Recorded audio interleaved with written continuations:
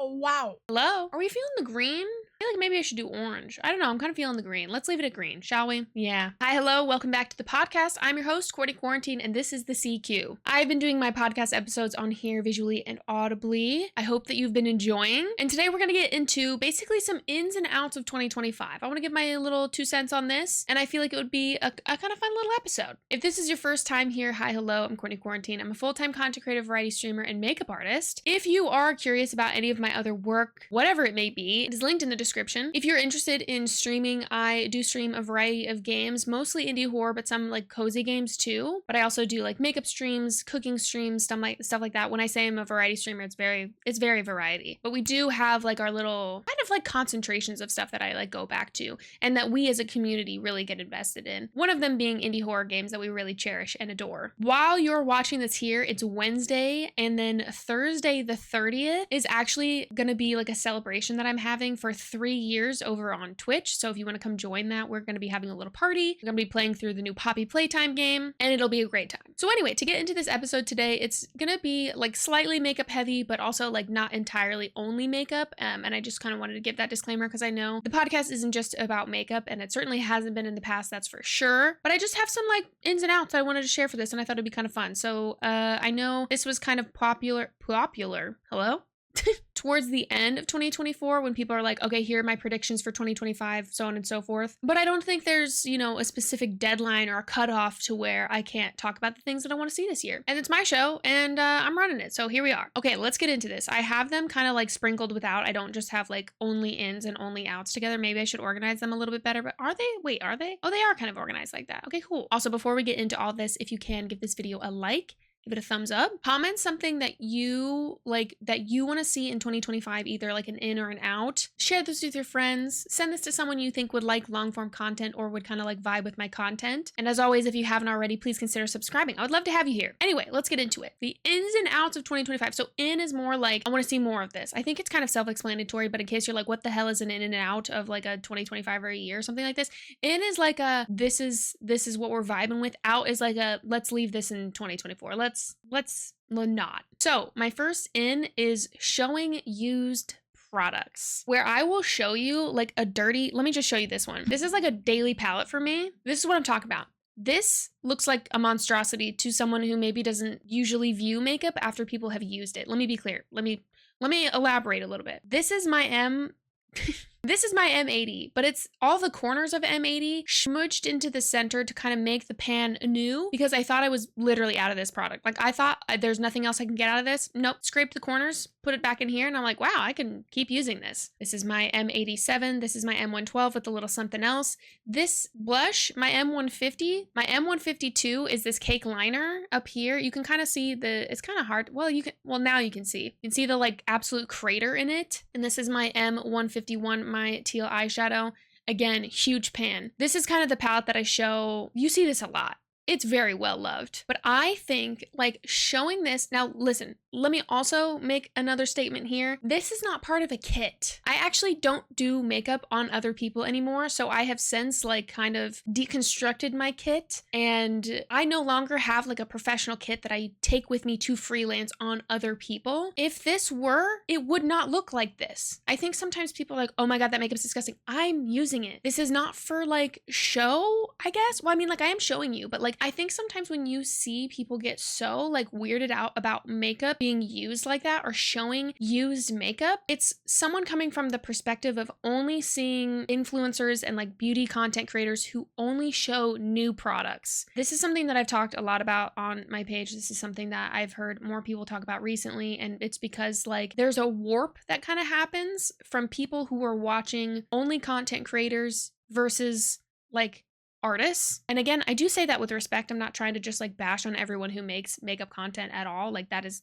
not what I'm trying to do. What I'm trying to say is that like showing used products is okay. And actually, I think it should be more like celebrated, and I love to see it. I personally am obsessed with it. I'm obsessed with seeing people's empties. I'm obsessed with seeing people's like, this is my favorite eyeshadow. There's a scrape of it left in the corner. Like, it is so delightful. It's one of the biggest reasons that I also really love like mob stuff, because the way that I can pan something completely, take it out. I will repurpose actually the little pans, and I can talk about that another time, but like, and then simply just replace the one. Delightful. Using up a product, using up skincare, using up whatever it may be. It's so like, I don't know.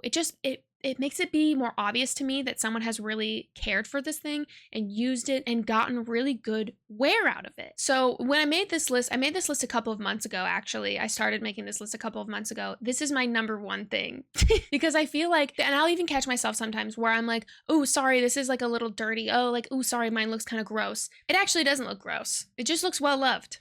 And that's literally it. Other products are a little bit harder to like tell. Like, this is no longer, it doesn't have a dome anymore. You can see from the side, like it's more flat when it's usually more domed. Like when you first get it, you can kind of like, it's a little difficult. But anyway, like seeing used products, I want to see it. I want to see more of it. And I think sometimes when people are like, oh, well, I don't really have anything like that. Interesting.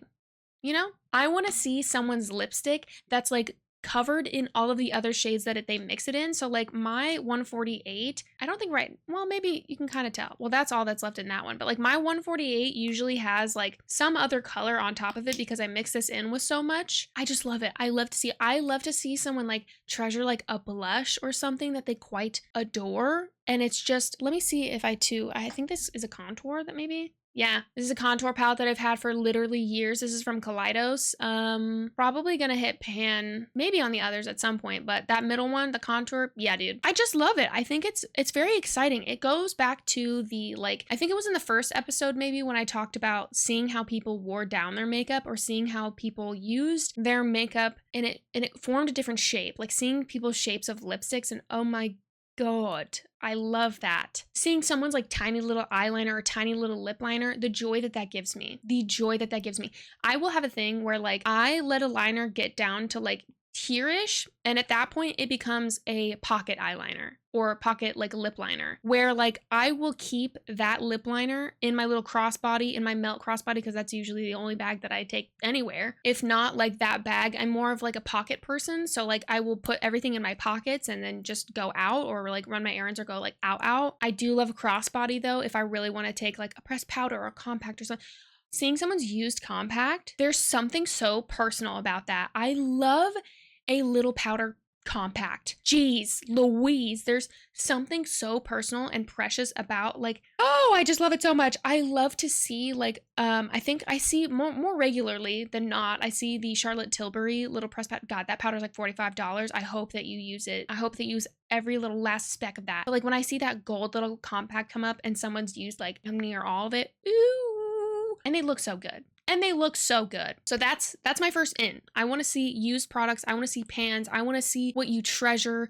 It just is so exciting. It's so exciting, dude. And you don't have to be like a makeup creator to also like have these beloved things as well. I think sometimes people who like the beauty enthusiasts and the people who really love makeup and I want to see that too. Like I think sometimes people are like, oh, well, I'm no creator, but I love to hear. I love to just hear and see what people treasure. It's like little treasure trinkets. It's modern day treasure. My second in is kind of more important now than when I first started making this list. It's letting content creators know that you adore them, whether it's through comments or likes or whatever kind of engagement. It doesn't have to be in a monetary way, but I sometimes see like the conversation or the comment of like, oh, I'm sure you hear this all the time, or like, oh, I'm sure you get comments like this all the time, but I really love X, Y, and Z and stuff like this. And I think now that we've seen how the TikTok ban, I'm just going to name the obvious here, how it can be gone for everybody in an instant. Like someone's career could be gone overnight because an app decides to shut down. And that's a really scary thing. Also why I'm hugely glad that you are watching this podcast on this platform. I love YouTube. I absolutely adore YouTube so very much. And wherever you're listening to this, like, thank you so much. But if you're watching and you're listening and like you have that thought, like, and it doesn't have to be for me also too. Let me just go ahead and say this because I used to think like, oh, I'm being so annoying. Oh, I'm being so whatever. And then when I viewed it through the lens of like this creator, if everyone thought that about their content, if everyone thought, oh, well, they probably get this compliment all the time, or they probably get this, doesn't have to be a compliment, by the way, it doesn't have to be weird, but like they probably hear this all the time about their content. So like, what's the point? If everyone thought that, their engagement would fizzle out. They probably wouldn't have a platform. They probably wouldn't be able to continue to sustain themselves, you know, whether it be for their work or whatever. Now, this is a bit of a dramatic like example, but I think of 2025 is like letting the content creators know that you love them, posting them on your stories. Like I see sometimes when people watch like the podcast episode and they put it on their Instagram stories and they're like, you know, watching the CQ while I have my tea. And it makes me want to cry. And like, from the lens of enjoying content, I see this a lot too, where I'm in the comments leaving my favorite creators like unhinged comments. I'll be honest. I'm usually barking in my mutuals comments. And for that, I do not apologize. But I'll be in there and I will see like similar sentiments because like I'll go through and people be like, oh, you probably hear this all the time, but like I think your hair is so gorgeous or whatever it is. It could be something very like simple. It could be something very like wholesome and heartfelt. And I do think, you know, when you really love someone's work, because it is work and their creative endeavors, like you should let them know. It doesn't have to be like a novel wrote out thing. It doesn't have to be something that's so eloquently put. But I think like in 2025, like amplifying the voices of those that you want to see more of is crucial. Like it is incredibly important, particularly in an industry that is so incredibly saturated and there's so much going on. I think really like talking about your favorites. I bring up Claire Marshall a lot and I will tag Claire Marshall below because Claire Marshall has been an artist and a creator and a human being that I have followed for literally over a decade of my life. And I feel like I can remember times of interaction, like in the least parasocial way that I can say this. I can remember like watching Claire's content and videos and seeing Claire's stories and all these things and just being so excited and so happy that she works so hard to provide like, you know, these works of art for us, like these videos for us, these cinematic, like beautiful imagery and videos. And I think when there is a break or a hiatus and, you know, whenever that happens with creators, I think it's easy to point the finger and be like, oh, you know, it happened for this reason. We'll never know. You know, we don't know why there are hiatuses or breaks. And even if we do, we don't have all the facts. But I think to be able to talk about some of my favorite artists for years on end and do my best to try to amplify them or try to be like, oh my gosh, if you like this thing, you would like this person. Oh, if you like this thing, you should watch this person. Because, you know, I've grown up on the internet and I love YouTube and I love short form and long form content. And I love social media for all of its pros and cons that it has. Like, and there are definitely a lot of cons. I don't love the cons. Let me be clear for the record there. I love social media, but I think we have an interesting thing here where people get into a weird mentality of, same thing with like codes or something like this, like interacting with creators as if they might not create tomorrow in a way that's maybe not like, I hope it doesn't seem like toxic or manipulative. Like I don't want to be like, you better interact or else, but like a way that's like a, hey, you know, if you like someone's work, let them know. I, for one, I think that goes a really long way. And even if they don't get back to you, they see it, you know, like even if they are simply literally incapable of getting back to every single person's comment or something like that. I don't know. I just think even if I'm throwing it into the void and I feel like it's just going anywhere, I will leave comments that I'm like, I really adore this. You did a great job. Today, I just messaged a friend too. I'm gonna tag her as well. Laura started doing more stuff on YouTube.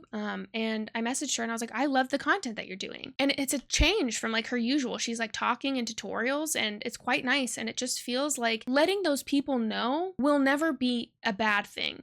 You know what I'm saying? Like there's never going to be a negative. The only time that I think people think that's a negative is when people, particularly other creatives, view it as competition. So they think that they can't like tag or name or like give praise to someone because it will somehow take away from theirs. That's probably a whole other topic. That's probably a whole other conversation. That's the only time that I feel like I can smell that in the air. You know what I mean? Like I can feel when someone doesn't want to credit someone because it feels like they're going to take away from them. And that's weird to me. Another in that's kind of just basic and more like beauty related is skin prep. If this wasn't already in your yearly plan or just like in your makeup routine, in your beauty routine, whatever, you don't even have to wear makeup to have skin prep or to take care of your skin. I think 2025 skin prep is in, whether that be priming in any which direction. But I also would, as a little, you know, fine print to this, skin prep for your skin. So actually, no, not the fine print, the big bold print.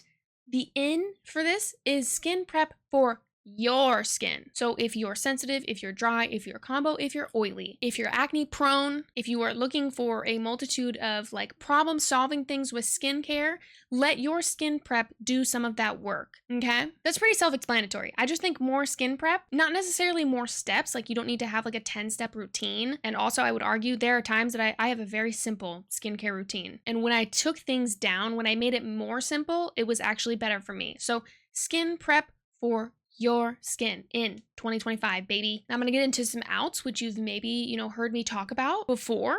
So if I'm repeating myself, we're just organizing our thoughts here, okay? Huge big out of 2025 is microtrends. Yeah, you knew that was coming, didn't you? You knew. I dislike microtrends. Okay, I dislike microtrends. I cannot sit here and say that they're all horrible and they're all awful. I did I talk about the Beetlejuice lips one all the time because I know someone's gonna come in here and be like, but haven't you done a trend? Of course I have. Literally, of course I have.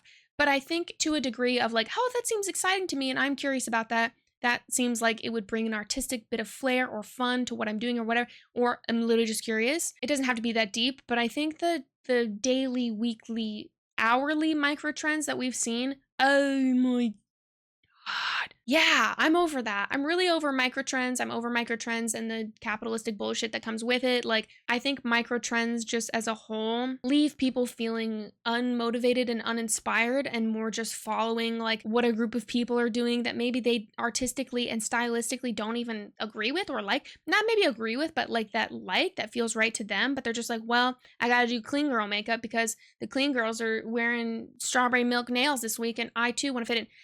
Also, let me add that I don't think it's a crime to want to fit in and find community. I say this a lot, but I think I kind of to alleviate this feeling of like, well, shit, I was just trying to make friends and I wanted to try to, do this thing to try to fit into it. I don't think there's anything wrong with that. I don't think that there's anything wrong with seeking out community if you are alone and feel lonely and are kind of like wanting that. I'm not going to shame someone for that. But I think following the things that you really like and figuring that out could be a process for you. I don't think you're just going to wake up one day and be like, yes, this is exactly who I am and this is the style that I like. It's not that way for everybody. But I think having microtrends kind of dictate, what you do and when you do it is a really like icky, weird thing. And I feel like it doesn't allow for people's creativity to kind of freely flow through their brains. I really don't. I think finding community can be tricky. Oh my gosh, there's a feeling that I get sometimes with particularly like fellow creatives because stylistically, I can see someone and I can be like, oh, we like the same exact things. But I'm a little like hesitant because I'm not sure if they would bond with me over that or if they would find some kind of like competitive weirdness with it. Not from myself, but from like a mindset of it's a kind of competitive industry, can be for a lot of people, or people kind of view creative stuff with that lens no matter what. I'm not sure. So with that, I feel like sometimes I just want to put a bunch of creatives in the room, like a bunch of like alternative goth grunge creatives and be like, hey y'all, are we cool or who's weird in here? Because are you good with other people or are you gonna be one of those ones that like plays goth dress up for a day and you're actually mean? Who in here is weird and who's gonna be my pal? We don't have to be best friends, but like, hey, what if we were? Hey, what if plot twist, we were all besties? What about that? What if we were all besties and we pushed each other forward and like we created and celebrated these things and it's wonderful. But I think it's hard.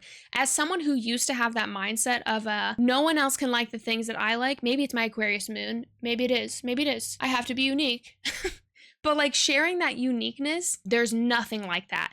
There is nothing like the joy I feel when I meet a fellow bestie and they're like, holy shit, you like that too? And I'm like, yes. And then it's like, beep, beep, beep, beep, beep, beep. Oh my God, it's so wonderful. But there is kind of like a standoff moment. It's like when cats meet for the first time and they're like, who the are you? There's a moment of hissing and then they're like curled up together and they're best friends forever and you cannot separate them. You know what I'm saying? Maybe this is just me. Maybe this is my perspective. Maybe it's not all like that, but I have found more often than not, as someone who's worked creative jobs their entire life, it's one of those two things, usually. Particularly within like the alt community. I mean, there are some people who I follow online, like I can think of a handful of people that I follow online, I feel weirdly protective of just because I feel like alternative creatives get used for their ideas so often with no credit, with no little IB inspiration by like the alternative community stays out here being innovative and just so artistic, and maybe I'm biased, but also maybe I'm correct, you know? But I do feel protective. Like these people that I don't even know, not in a parasocial way. I have to keep like kind of saying that, not in a parasocial, like I think that they owe me anything or like that I think we're anything like that, but in a way of like I see a fellow creative doing something fucking cool. And if someone else tries to like I'm like, who do you think you are? I don't know. Maybe that's something I need to like sort out, but I just love to see creative artists winning. And I think the micro trends sometimes keep artists away from that. I really do. I feel like, and I've heard this from people. I've heard this from friends and people alike. Like they're like, oh, well, I used to do this, and then this thing sucked the life out of me, and I got so caught up with this that like it led me away from, you know, X, Y, and Z that I used to do creatively. Oh my God, it breaks my heart, dude. It literally breaks my heart. I think microtrends can be evil. So those out. Also out, not wearing what you want to wear. So alternatively, in wearing what you want to wear. Now this can be fashion, this can be makeup, this can be, you know, what have you, accessorizing. I want you to realize now also this too. I think I have like a little fine print with everything. And I'm going to say this, and I feel like there's people who are going to understand it. If you don't understand that, that's fine.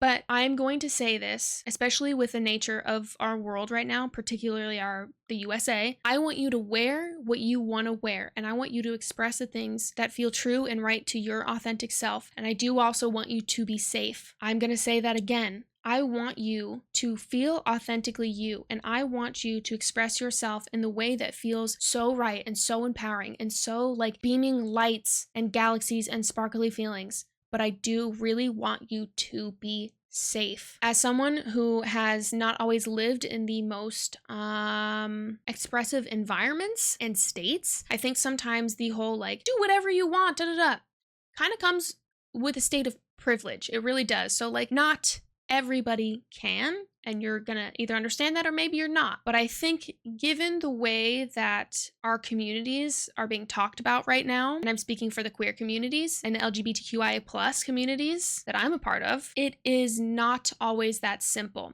So if it were up to me and I could snap my fingers, everyone could show up and present and be exactly how they actually are. Exactly how they are, exactly how they feel all the time. So as an I want you to express yourselves, and I want you to wear the things that you want to wear. And it could be something so simple as like, you know, eyeliner in a different angle, or, you know, an inner corner highlight in a different, you know, kind of peculiar way, or whatever it is. It could be wearing a different style of clothes. But I do also need to take a moment to kind of state the obvious there, maybe with that, is that I hope that you are being safe, and whether it's the household that you live, but I do just kind of wanted to add that little tiny detail in there, because it's not always so simple like that, unfortunately.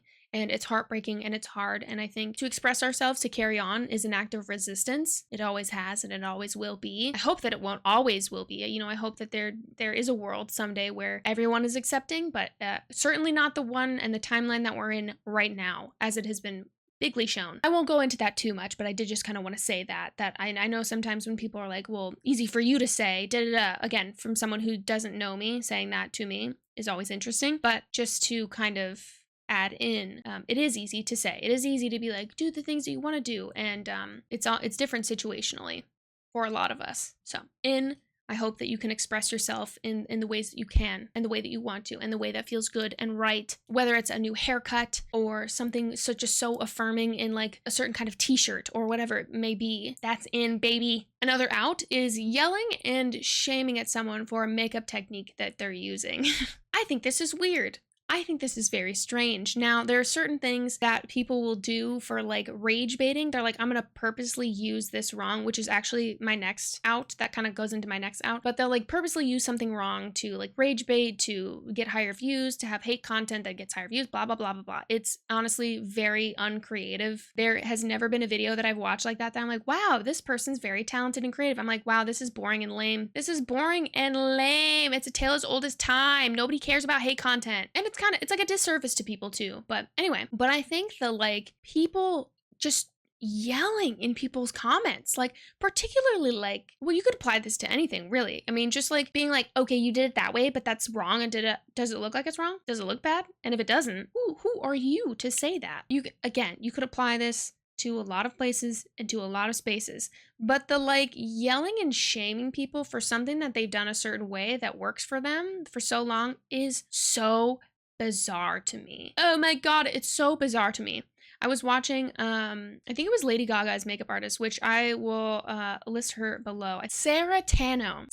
I believe it's Tano. Correct me if I'm wrong. But Sarah Tano, Lady Gaga's makeup artist, I saw on one of her posts recently, or this was probably a while ago, probably wasn't recently, but she was like describing like this process that she was going through, and someone, like people in her comments are like yelling and being like, actually, you're gonna, well, actually, Lady Gaga's makeup artist, that's bold and not in a hot way, but it's just like, it's so odd. Like the psychology of it is so odd because people are being so loud. I know it has to do with them just wanting attention and lacking something in their own personal lives, but like sometimes I'm like, we don't have to do that. You don't have to lead that. Why are you lead? This is such a silly comment to leave. This is such a silly. Here, this makeup artist is telling you, this professional makeup artist who did a look for, I think it was either a shoot or red carpet or something like this, something where a lot of people are going to be seeing it, and a lot of people did and photograph it and so on and so forth. And you're gonna so loudly with your whole chest be like, actually, you should be. I can't believe you would do that because girl, what? Girl, what are you? What? Have you lost your mind? Yes, but that's out. 2025, that's out. Sit down. Another thing that I want to talk about, another out of 2025 is saying that a product doesn't work, saying that a product is horrible or it's I'm going to use the cream clays actually as an example because I feel like a lot of people are like, I hear it, at least on my end. And then I've spoken to other, like, particularly like mob community members of people in their comments. They're like, hey, don't forget to explain like cake liner and cream clay eyeshadows because some people, it's hard for them to kind of like grasp if they've never used them before and if they have never done anything with them before. Like I always say, if you're doing something for the first time, if it's something new, how can you know how to use it right out the bat? You might not. It might come to you naturally, sure. But like, I think sometimes when people go on and say, well, the product doesn't work, the product is wrong. This product is actually pro-formulated, and I hate to say it, but it might be user error. And this is not me trying to like dig at people. I feel like maybe I'm sounding like kind of negative in this, or especially like in the outs. But I think that when you use something completely wrong, and there are times that I use products in the way that they're like not supposed to be used because I'm, again, have my little mad scientist moments where I'm like, well, what if I did this? I wonder what it would look like if this, and do. That's totally different. That's completely different. But like to use something wrong, to post a video on it, to show it being used completely wrong, and then to completely like tear down, and okay, maybe it doesn't have to be like the cream clays or the cake liners or something like this, but to, again, just outright be like, this formula sucks, this product sucks, and of course there are products out there, there's so much makeup out there that is bad. Like I say this often, but there is so much makeup out there that is so bad that I don't even want to go near it. There's so much bad makeup out there. But when you have really good formulas and really good innovation, and you have a really well-made product, and then you have someone online being very loud about like how it doesn't work, but they're actively using it wrong, like, and there, you know, the no rules part of makeup is so wonderful and beautiful and fun and can be very like playful. But on the opposite end of that, being like it's almost purposeful. But I think as much as I am constantly learning, which this leads me actually to my next in, so I'm just gonna roll into that out. I recently heard Trixie talking about that too. I can't remember what video it was, but I will tag Trixie as well because I love watching Trixie. Not only just like the podcast and stuff, but like Trixie's makeup videos. And I have for literally years. But hey, Trixie. Hey. But she was talking about how when you're using like a pro-formulated thing and you're just completely doing it wrong, like it's like, come on. And I'm like, oh my God, yes. Like, yes. It's so frustrating. Now, I'm not sitting here saying that every time I pick something up, I am so perfectly executing how it should be used. That's not what I'm saying at all. Sometimes I'm just in my little la-la land, in my own little world, in my own little bubble, in my own little head, on my own little planet, and I'm just willy-nilly with makeup. I don't want to have a thought in my head. I just want to be painting on my face. But when things don't turn out the way that I expect them to, whether it be on, you know, the finalized canvas that is my face, I am not now in my life, and I think this maybe just comes with like, I hate to say maturing, but like maybe it's maturing. I am now less quick to jump to the, oh, this product sucks. And I'm more quick to be like, okay, wait, how is this going to be used? How is this meant to be used? How can I change how I interact with this to make this work for me? Of course, if it is a good product. If it's just a crap product, that's a whole other story. But I think I recently heard Trixie talking about this again, and I was like, yep, yes, it is quite frustrating. I think that, like, let's keep that. Let's let's toss that one out because, you know, it's not helping anyone. And it's even happened to me on lives. Like someone will come into a TikTok live. I'll just, again, use my experience for example, because that's all I can really speak on. I'll be on a TikTok live and someone will come in and be like, I don't know how to use this thing and it looks horrible every time and it doesn't work. Okay, I need way more information from you to decide what's not working for you. What is failing you in this kind of application or whatever it may be? Is it your tools? Is it how you're priming things or lack thereof? Is it how, you know, there's a million billion different steps. So I think that part of it is kind of frustrating, at least on my end, but I think the being so loud about a product being so horrible, especially when it's a good product, is just I would like to see less of that, I think, but I don't know, people really do love those views.